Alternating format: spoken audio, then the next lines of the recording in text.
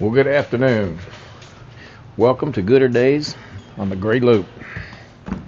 My name is Alan, and of course you know by now, this is my beautiful wife Yolanda. And I just want to apologize for not getting her on camera last week. So just got too wrapped up in projects and didn't get to talk with her and get her on camera. So next time we'll do that. So today I was just going to do a little rant. In fact, I came back to the boat today. We're actually going to haul the boat out tomorrow. It's going to be a little spa day for Gooder Days. And we're going to polish the boat and spray the bottom and replace the zinc. So we'll get that on the next video. But for today, I just wanted to do a little short video of why I do these videos. I really wanted to talk about why I do them and just paying it forwards. So on the way to the boat yesterday, I just turned on the camera and I did a little boat rant talking about why I do these. So without too much to do, let's go ahead and get on with it. Well, it's Saturday, September 27th, and I'm en route from Huntsville to Aqua Yacht.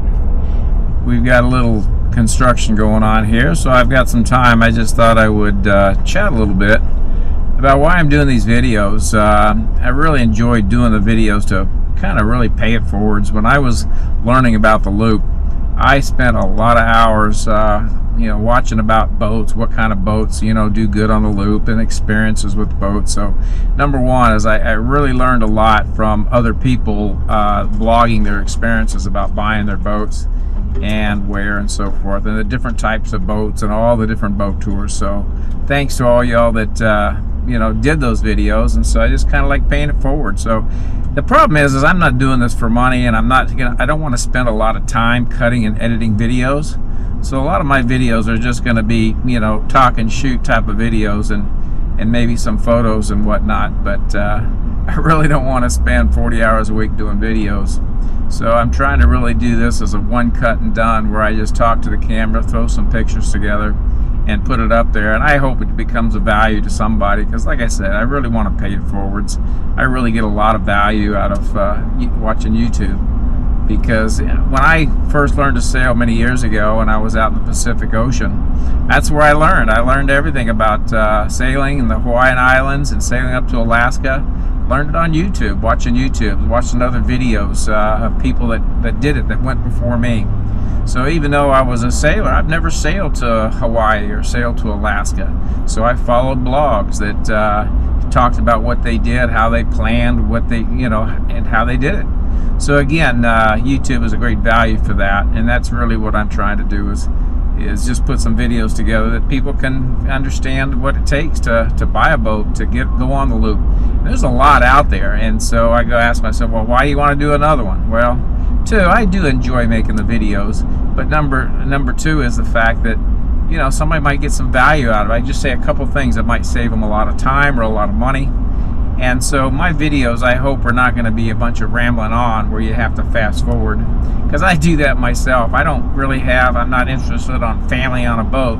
So when I'm following some YouTube channel that has a bunch of family stuff or food stuff, that's not me. I want the cliff notes of how did you do the loop, on what kind of boat, what are the problems, how did you fix it.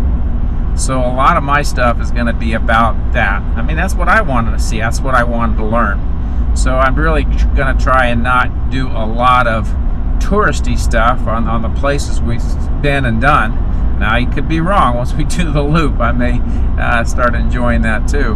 But my goal really in these videos is to show what we went through and some of the trials, tribulations, the pros, the cons, why we put a water maker on the boat, why we changed our electronics, how we navigate, how we, call for reservations.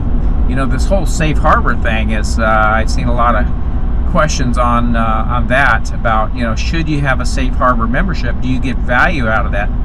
Again, I don't know. It depends on how many times you stay at a safe harbor. So those are some of the things I want to put forward so that you can learn from. So for example, on the safe harbor, from what I just did, was I booked probably about 11 nights between Orange Beach and Stock Island in Key West, where we're heading this winter.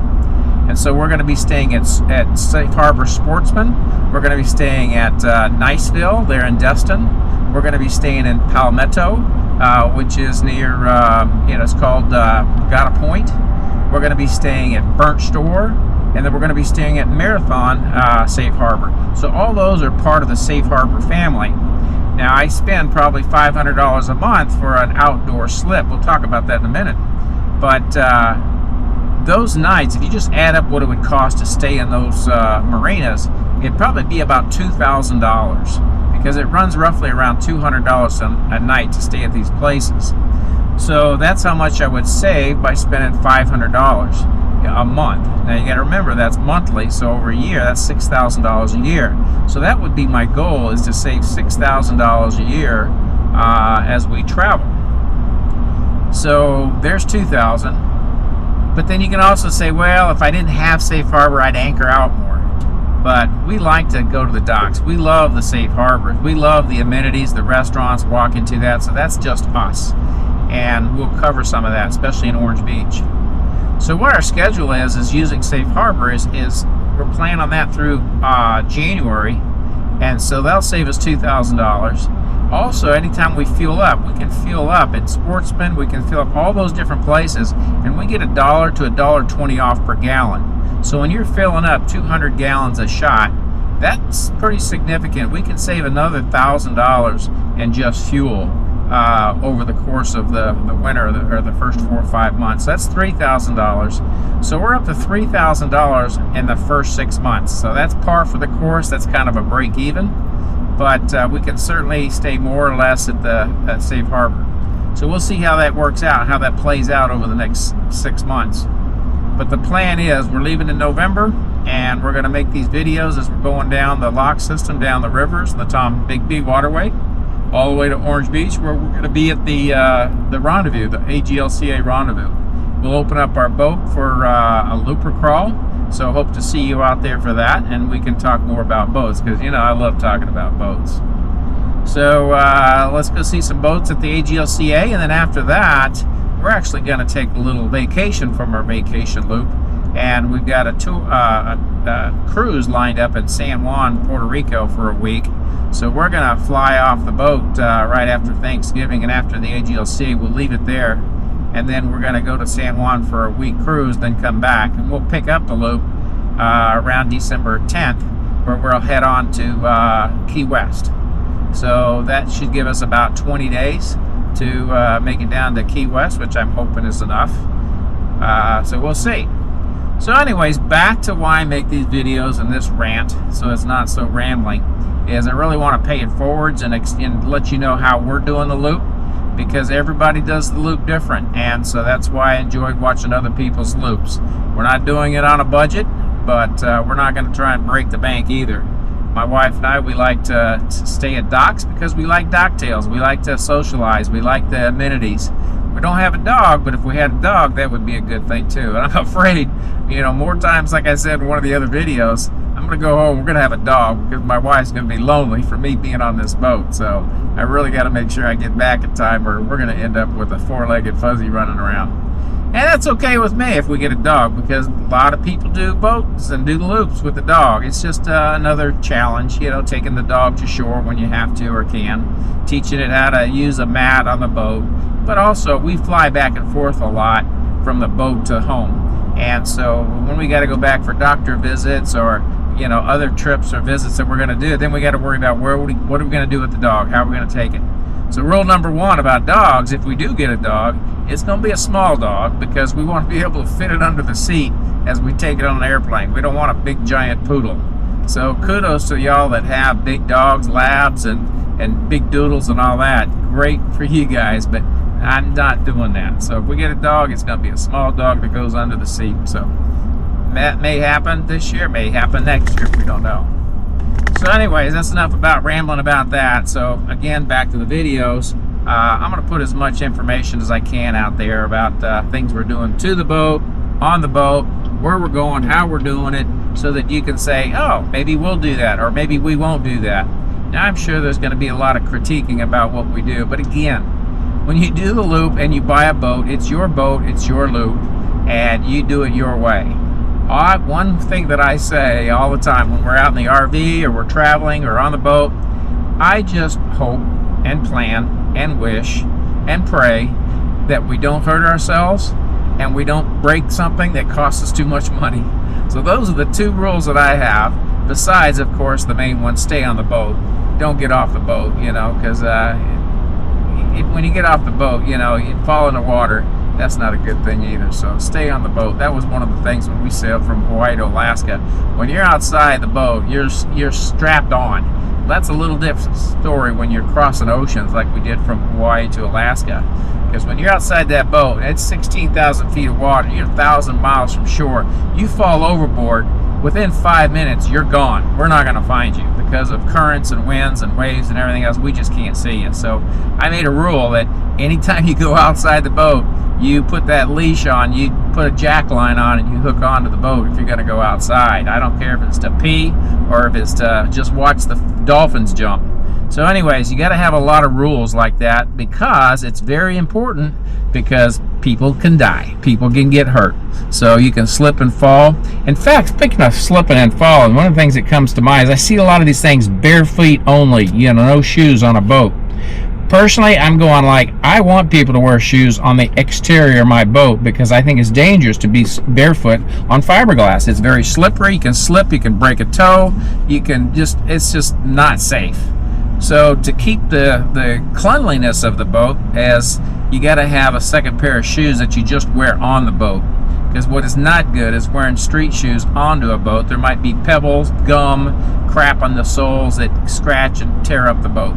So I would recommend everybody to have a second pair of slip-on shoes. When they get on the boat, take off their street shoes, they put on the boat shoes, and then they can walk around the outside of the boat. Now when they step inside the salon, they can kick those shoes off and keep them outside. So again, there's just a whole lot of little things like that we're going to cover on the boat. And maybe some other people cover them. Maybe we'll cover them here again. But it just boils down to, we want to be safe. We want to have fun. And so that's what this channel is going to be about, is really documenting where we're going, what we're doing, how we're doing it. And you can take it or leave it. But I hope to see you on the water. And that's my real second tagline, because my first tagline is gooder days. Every day's a good day. Some days are gooder. So I've been saying that for many, many years. Whether we're on the water, we're in the RV, we're traveling, I try and make every day a good day, and some days are gooder. And that's all there is to it. No bad days. I've seen that at some shirts. No bad days in Mexico. In fact, I think I have a shirt that says no bad days somewhere in Tijuana or something. But anyways, I don't like to focus on the negative, so I don't say no bad days. I say there's only good days. Focus forward on what you want. So I'm focusing on doing a loop with my wife in November, and we're trying to get things done, from medical visits, dental visits. She's got some surgeries that are coming up. We're going to try and figure out how to do that. And that's something else. How do you get, because a lot of us are retired, and we have doctor visits every 3 months or so. So we're going to be doing that. My wife requires some extra medical care. She actually has a pacemaker, and so she needs every 2 or 3 months to go in and get everything checked out. So that's one of the challenges we're going to have, and we'll share it with you, is how we get her home. So we're going to be at different spots every 2 or 3 months where we fly her home, and I may or may not go with her. But the bottom line is how do you do the loop with dogs, with kids, with medical issues? There's all kinds of things. Everybody has some challenges. So all you got to be is open and know that there's a solution out there, and face forward and know that every day's a good day and some days are gooder. So with that said, I'm going to end this video with this little short rant, because I just, guys, want you to know that I'm doing this for myself mainly, because I love blogging. I love sharing knowledge and sharing experiences, but also just to pay it forward, because I got a lot of knowledge and a lot of experience, a lot of know-how, whether I'm sailing oceans or I'm fixing motors or washing machines or redoing the bathroom tub or building a pizza oven in the backyard. It all came from YouTube. Didn't learn that much in college, but I learned the most in my life that I use every day on YouTube. So thanks to all y'all that did that, and I hope I can pay it forward, and I hope you get something out of these videos. And so moving forward, we're going to see some good stuff on the loop, and we hope to share it with you. So with that, this is Alan signing out from Gooder Days on the Loop, and we'll see you on the water. Well, I hope that wasn't too much rambling on, but I just want to let you know why I do these videos, and I really do enjoy doing the videos, and I hope you guys get something out of it. So with that, we'll see you on the water.